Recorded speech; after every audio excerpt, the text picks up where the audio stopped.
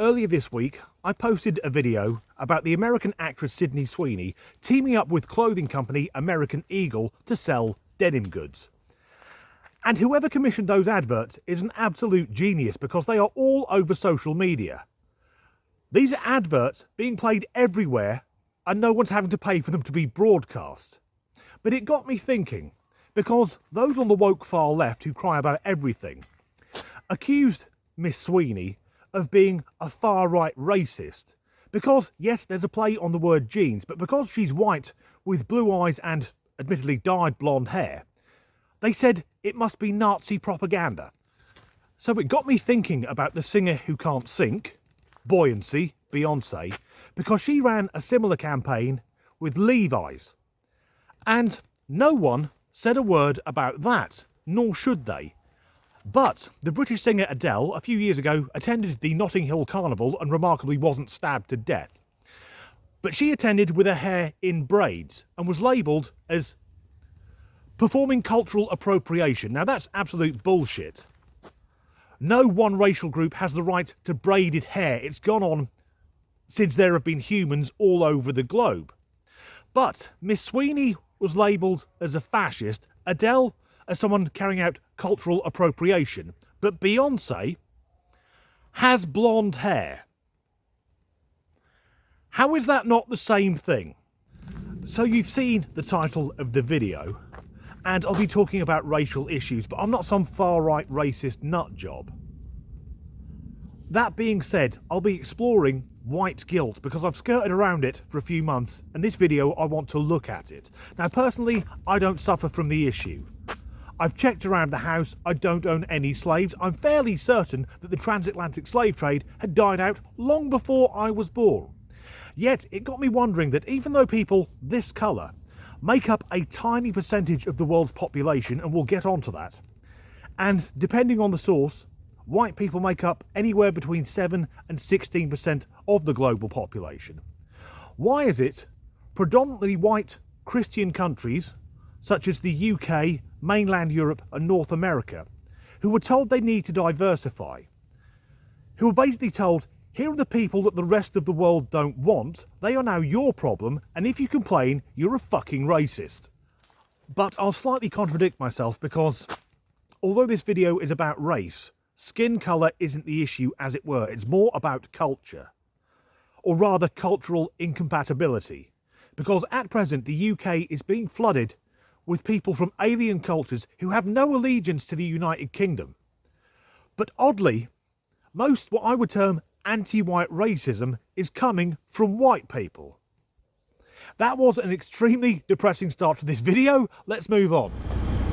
So I'm trying to go grocery shopping at Trader Joe's, and I can see inside through the entrance, and there's so many white people. There's so many and I feel out of place, and I'm not going inside. Septum piercing, brightly coloured, greasy hair and no sense of humour. We already know what her opinion is going to be. Oh, there's so many white people. She feels out of place. Does she not have a mirror? She sat in a car. She should have at least 3, because I'm looking at her and thinking, love, to me, you look white. And why does she equate being around white people with an untimely premature death? Because I looked up these statistics, and in the US of A, the majority of murders are carried out by white people, but the majority of the US are white. If you go per capita, white people shoot way down the list. And I'm not going to do the list because that would get me in trouble. Like I said, us pale-skinned devils, we make up a tiny proportion of the world's population, as will now be explained in a condescending manner. Non-white people and ethnic minorities. If you're tired of using this language that continues to center white folks, there is better language. Right now, I'm learning from author Britt Hawthorne, and on her blog, she introduces us to the language people of the global majority. is accurate, right? And she names the way in which this term disrupts white supremacy, culture, and ideology. I know it takes a lot of energy to educate all of us, but Britt, we are grateful. People of the global majority. This is good language, and I hope you'll use it. Right, let's kick it off. Personally, I don't like the term non-white people because that implies there are white people and then everyone else is just lumped together, like there's no difference, as if we couldn't tell the difference between Jackie Chan and Denzel Washington. But ethnic minority in a predominantly white country does make sense. But our new friend with the exciting glasses is saying global majority, which is a bit wanky.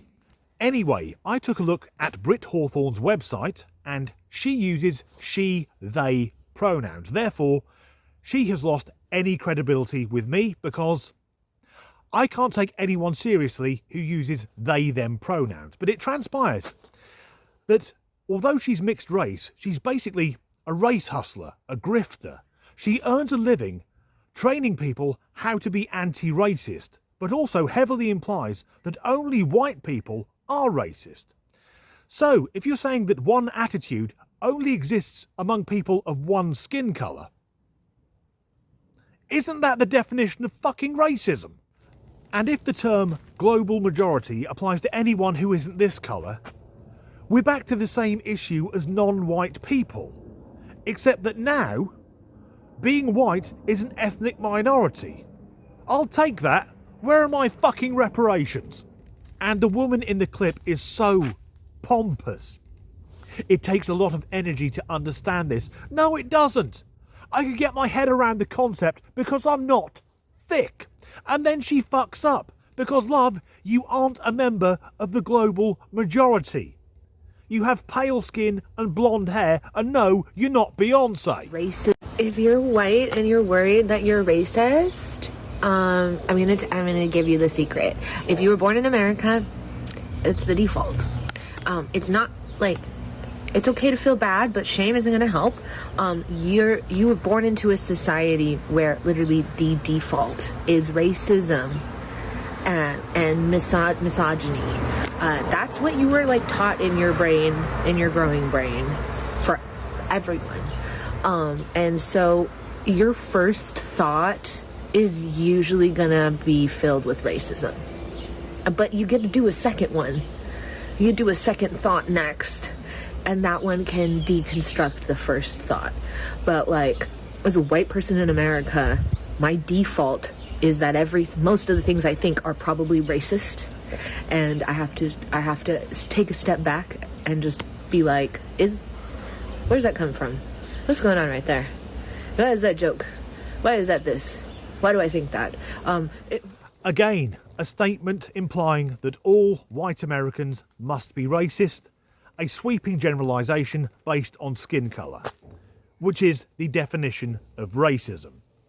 But she's got the huge unsightly glasses, the septum piercing. It's okay to feel bad?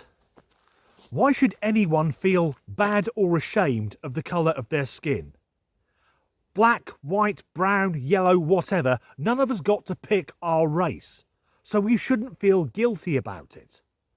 And if you're watching this and you are a white American, just have a quick check. Have you been out lynching recently? If not, you're absolutely fine. And we know it always stems back to the transatlantic slave trade. No one mentions it was facilitated by warring African tribes selling off their captives. And the country that put an end to the transatlantic slave trade, it was Great Britain. Also, no one on the woke far left mentions that slavery is still rife in the Middle East and in Africa, because it doesn't fit their fucking narrative.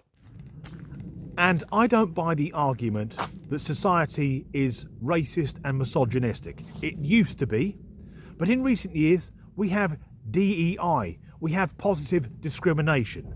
If we look at UK politics, ethnic minorities are massively overrepresented.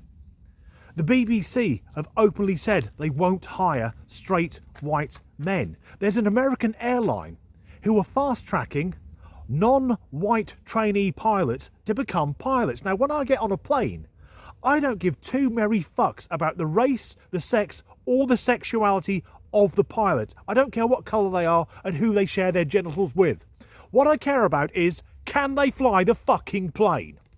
Also, this idea that if you're white, your first thought must always be racist.